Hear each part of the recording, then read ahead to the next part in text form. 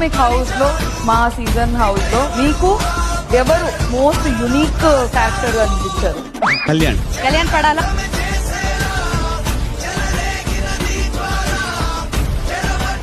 నాలుగో వారం వచ్చేస్తాడు, వీడికి వంద నా చేతిలో నుంచి ఆడాడమ్మా, నెక్స్ట్ లెవెల్ ఆడాడు. Thank you brother.